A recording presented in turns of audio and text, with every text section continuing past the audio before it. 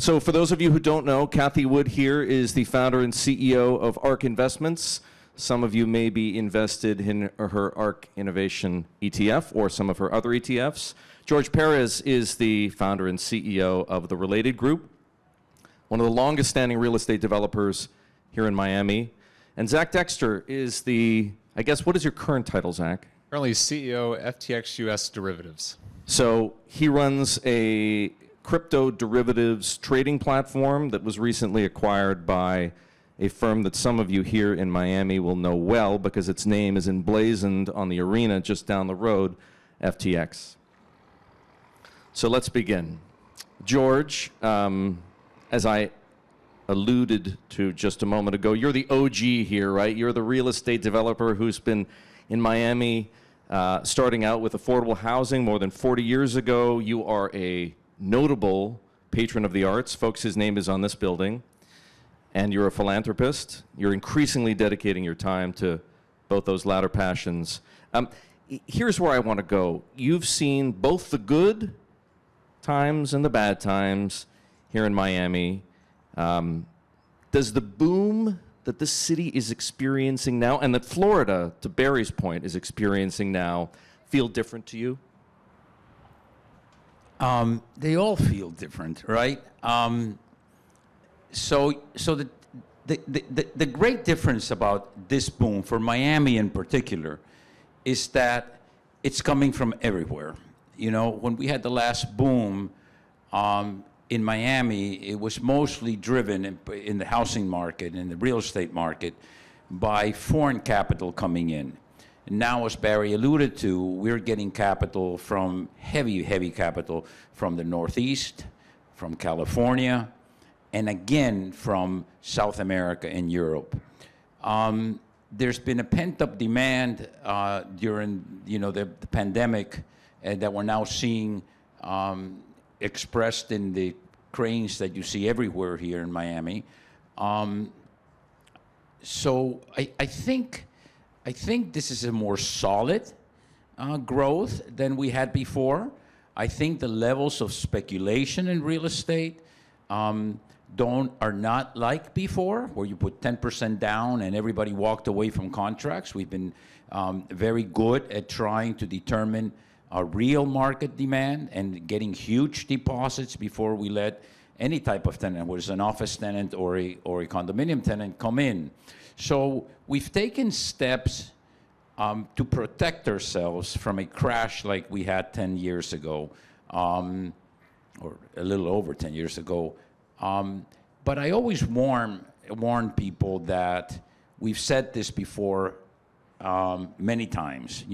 This is a paradigm change. We'll continue to grow forever.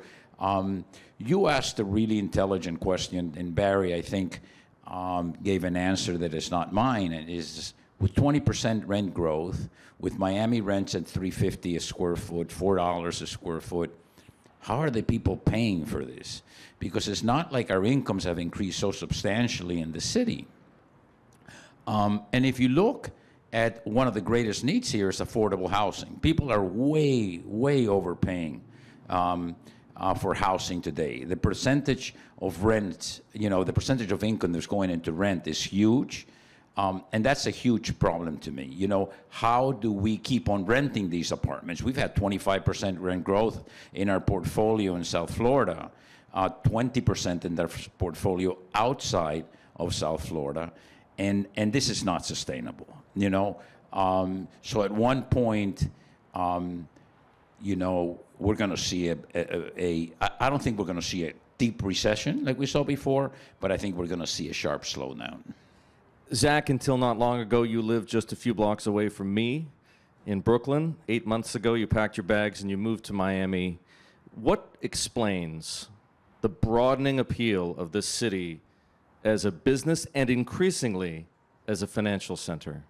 Yeah, I think having the right kind of regulation is super important when you're trying to offer new financial services and products. And Miami has that in spades. It's done a really good job, and the state of Florida has done a really good job of balancing consumer protection with letting people innovate. So I think for us, because we're federally regulated, that didn't come into play so much. It was more the traditional tech narrative. Okay, we've had COVID for 2 or 3 years. We've got a bunch of people remote.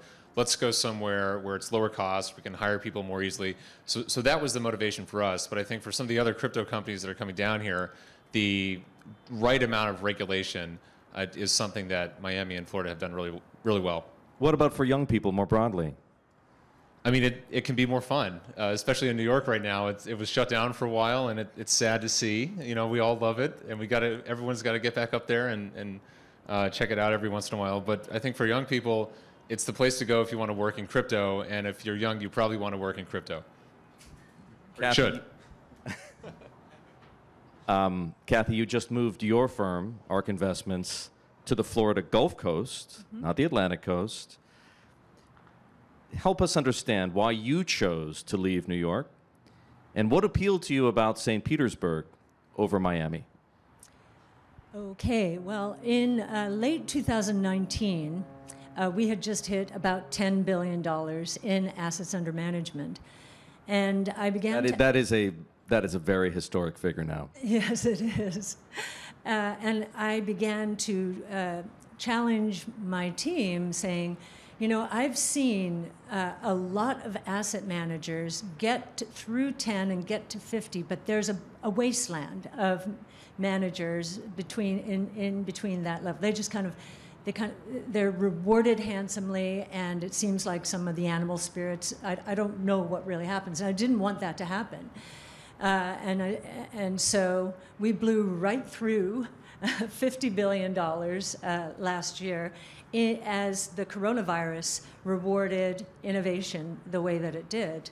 But planning was in motion, and we thought of all the ways we could keep the growth going, keep the excitement growing, and enjoy life more. So we began to look outside saying, could we make a difference somewhere? I mean, we're not going to make a difference in New York City, right?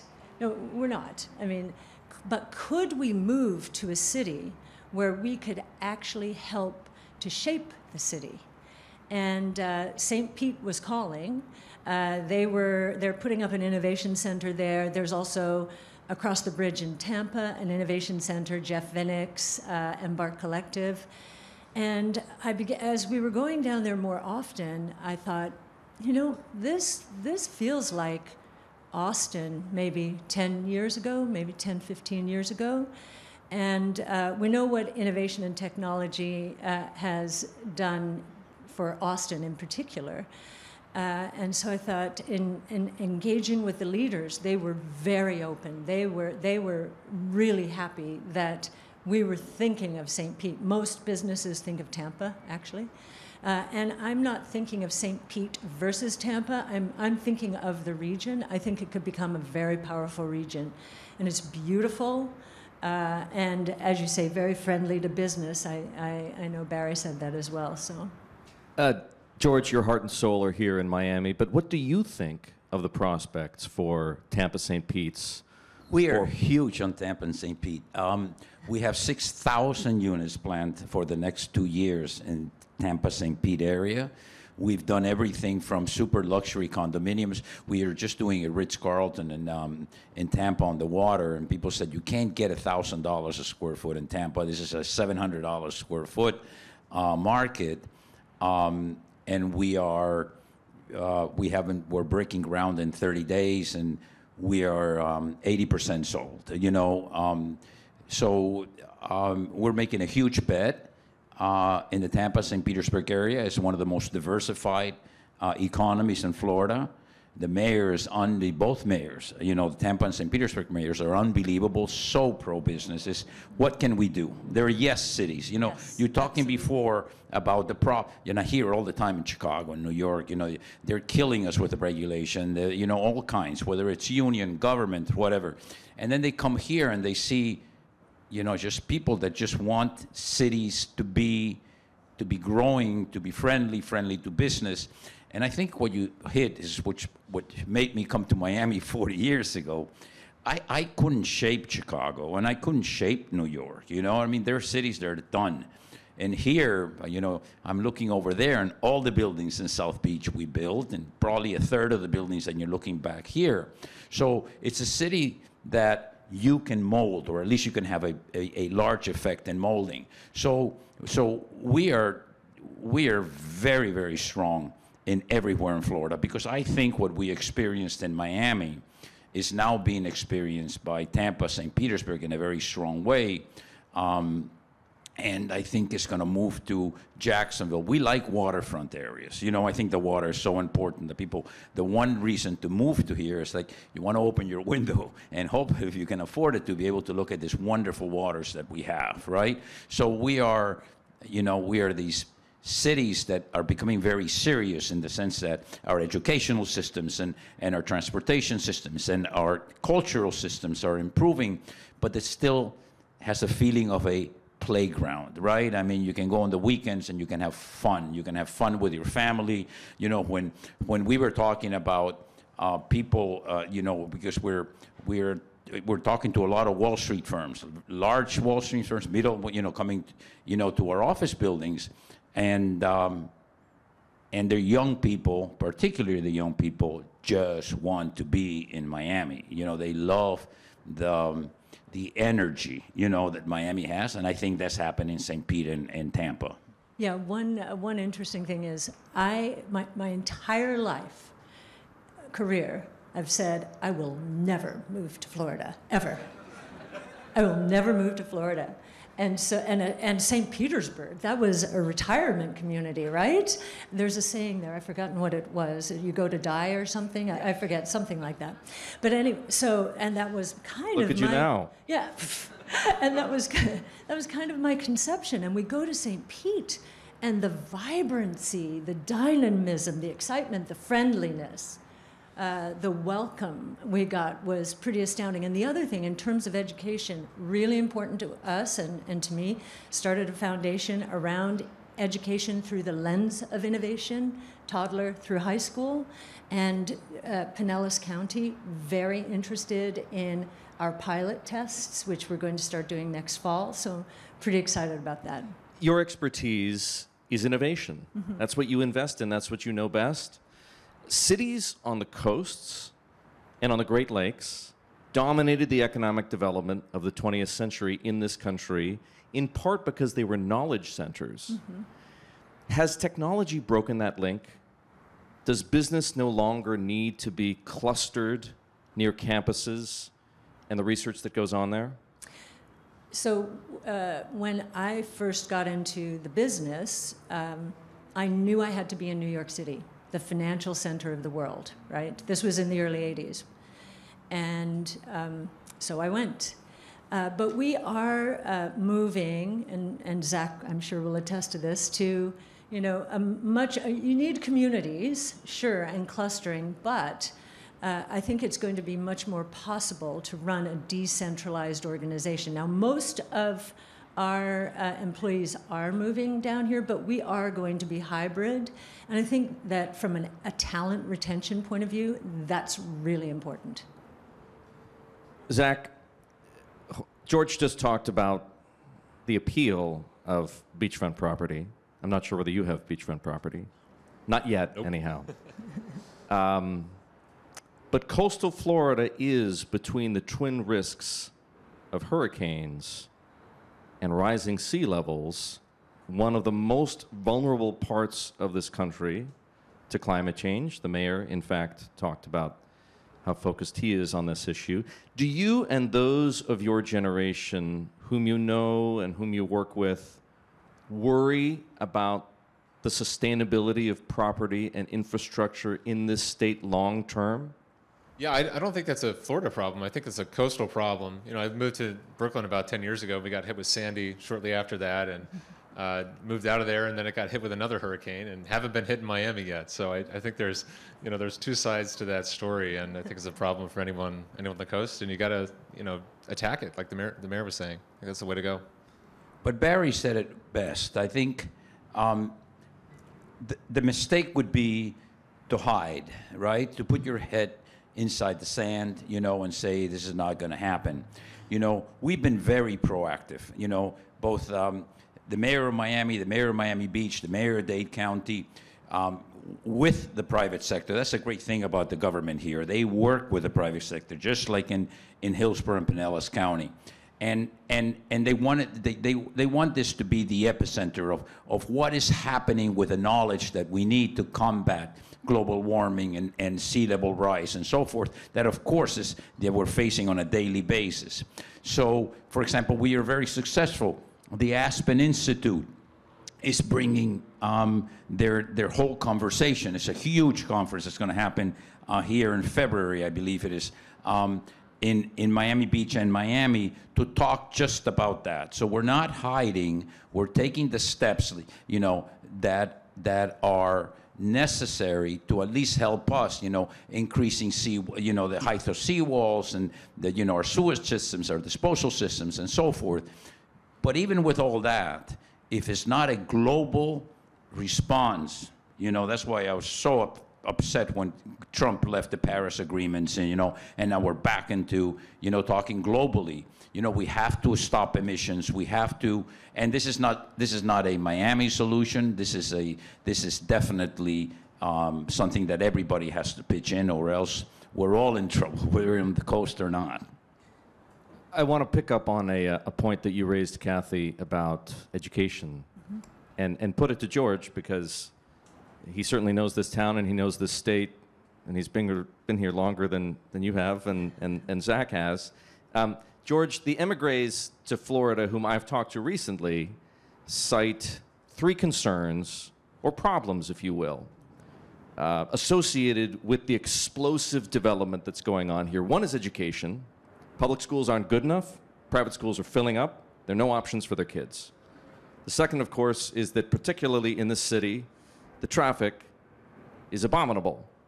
And that's partly because of a lack of public transit. And the third is simply the cost of living, particularly as it concerns rising prices for real estate and what you alluded to earlier, double-digit rent increases. Do you share those concerns? I think you hit the 3 points I share on a daily basis. That's what, affordable housing we talked about.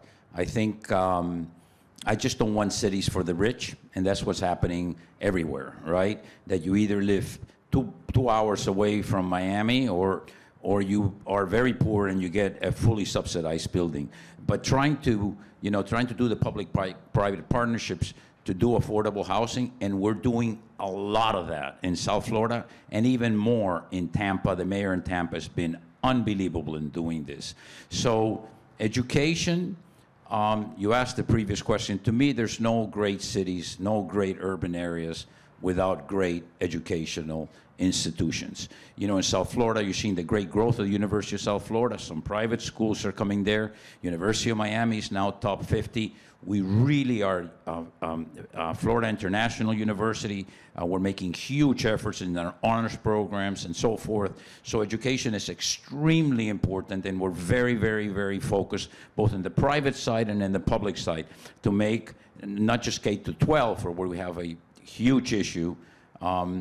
Unfortunately, even though we have an incredible head of our school programs, education has declined. The quality of education has declined. Our private schools, you can't get into our private schools, by the way. With all the people now coming to Miami, you apply, it's like you better know somebody, or else you wait 4 years to try to get into one of these schools. So we have to make our public schools, our charter schools better.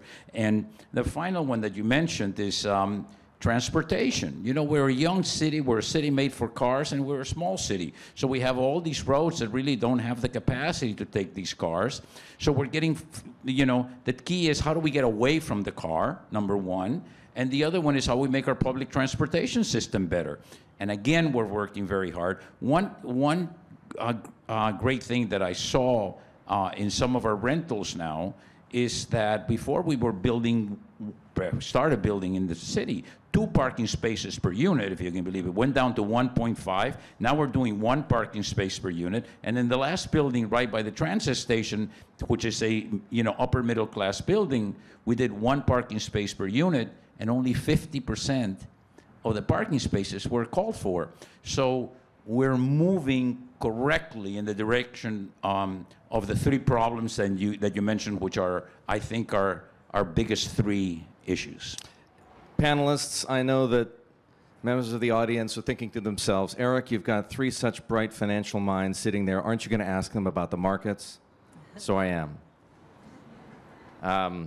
Kathy, your flagship ARK Innovation ETF, which I referenced earlier, had another rough day. It's down 25% in the past month.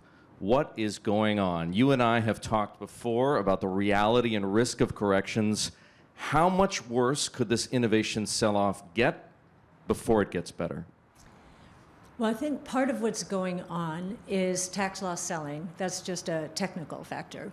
Beyond that, I think that the fear of inflation and interest rates rising, especially after Chairman Powell declared that perhaps inflation is not transitory here, has scared the financial markets. This really started in mid-February, this correction. So this is a very long correction for us. We actually think the bigger risk is deflation by far. I disagree with Barry completely on this, and I look at these rent increases as major tax increases effectively on the lower income earners, and the same thing with gasoline prices. The University of Michigan Consumer Sentiment Index is lower now than it was at the depths of the coronavirus. Why? Because purchasing power is diminishing here so much. I also think that businesses that have spent the last year and a half scrambling to catch up with consumption, they were way behind, are now overdoing it. And we are in the middle of a major inventory build that is going to unwind next year. So that will be a cyclical deflation. And then innovation itself is inherently deflationary. We're seeing, just to give one example, artificial intelligence training costs dropping 60% per year, right? And AI is going to permeate every sector, every industry, every company. It's going to become, very competitive. So we think, and that's just symptomatic. There are so many other deflationary forces out there associated with DNA sequencing, robotics, energy storage, blockchain technology. So, and what we're also seeing is the convergence between and among these various innovation platforms, so that one S-curve is going to feed another and another. And so people are saying, well, then why are these stocks going down? The question we used to get is, we're in a bubble, aren't we? I said, we're not in a bubble. And now that our stocks are down, but the averages are up, many people are thinking we're in a bubble still. And we are. And it's called the benchmark stocks, which are going to be disrupted as the traditional world order is disintermediated and in often cases is going to be destroyed by this new world. So you can say I'm talking my book, but those are two massive secular deflationary forces. One is extremely positive. Deflation, learning curves, cost declines, price declines in innovation means we'll get a boom in innovation. The other side of that is there are many companies who, especially since the tech and telecom bust, and then again 08, 09, they've catered to short-term oriented shareholders who are scared. They've been scared ever since 08, 09, and they want their profits now, they want their dividends now. So these companies leveraged up, buy back shares, manufacture earnings, and didn't invest enough in innovation. They're going to face a lot of problems, and they will face the bad kind of deflation. I would love to keep this panel going, but my colleague Nathan Crooks is waiting, so I'm going to ask one last question of George. You heard Barry Sternlicht here earlier say that he has 3% of his net worth in Bitcoin, and he thinks it's something we more or less all should do. Zach here is clearly all in on crypto. Kathy has been a big evangelist for Bitcoin in particular, but crypto more broadly, as some of you may be aware. George, what about you? You're one of the world's most famous art collectors. Are you buying NFTs? No, I don't. And it is not, I'm not making a judgment about NFTs. I'm I'm a serial collector, you know, just in Basel, it was something, you buy 10 pieces and I will be at 46 pieces of art. I mean, because I want this museum to be a great museum. So all my collection is going to be coming here. I don't understand, you know, the new art, you know, you know, let me give you an example. We have a guy that we invest in his company. I'm not even going to mention, you'll probably know once I tell you this. And he doodles with his kids, and he had some doodling pages, you know, and somebody said, why don't you just put it at Christie's or Sotheby's or whatever it was? And he made a joke, and he says, I'm going to put it in. They wouldn't give him an estimate, but they would still put it in. They sold the 3 doodles. He's not an artist. He's never drawn, you know, for $400,000 each, you know. So I don't understand this, you know. I don't understand how, and then, you know, for going from there, and he's a big, you know, advocate of, you know, to having an image that you're buying that is in your cell phone that anybody actually can replicate, you know, except that they give you certain rights and so forth, to me is, maybe I'm just really old, you know, it's not for me. I don't see it. I see it as a moment in time. Everybody's jumping in. There's immense amounts of money, like Barry's saying, chasing everything right now. So it's not NFTs. You know, the art world is crazy. Their favorite artists that were a year ago were $20,000 for a piece of art. They're still in school, and now they're coming up, and they go up to $200,000, $300,000. So the amount of money that is chasing things, whether it's real estate or art, it's to me, it's just insane. And I don't know when it stops and how it stops, you know, how it moves. Kathy wants to say something. Yeah, there are 2 things.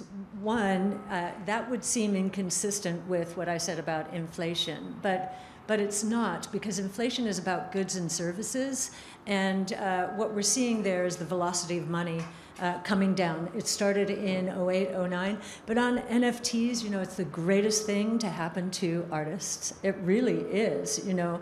There's a company called Async Art. When I first heard this, it was like an aha moment for me. This is really going to, you know, stimulate and cause some profound changes in the creator world. But artists, even with physical art, you know, turning it into digital, NFTs, this is a property rights system. It's a very interesting phenomenon because we are moving into the digital world. And I understand that. And let me tell you, as an old timer and a lover of art and a passionate lover of art, I hope people don't lose coming to museums and experiencing the beauty of art on a personal basis.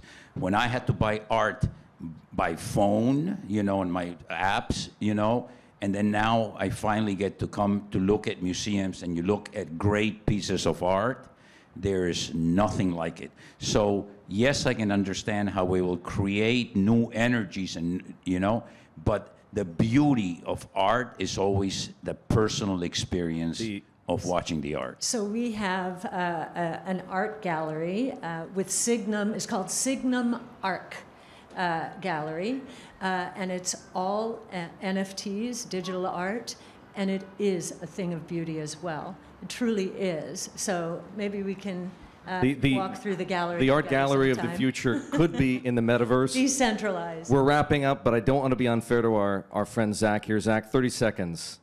NFTs, go. Yeah, look, it's the first non-currency application of crypto, so there are going to be many more. But it empowers the artists. That's good. It gives people a way to monetize their work. That's good. And I think there's going to be a really interesting nexus between physical space and NFTs in the near future. That's key. Museums are not going away. I think it empowers museums as well. Absolutely. So it's good for everybody. Yes. Beautifully It's a win-win. succinct. A wonderful way to end our panel. Ladies and gentlemen, please join me in thanking Kathy Wood, George Perez, Zach Dexter,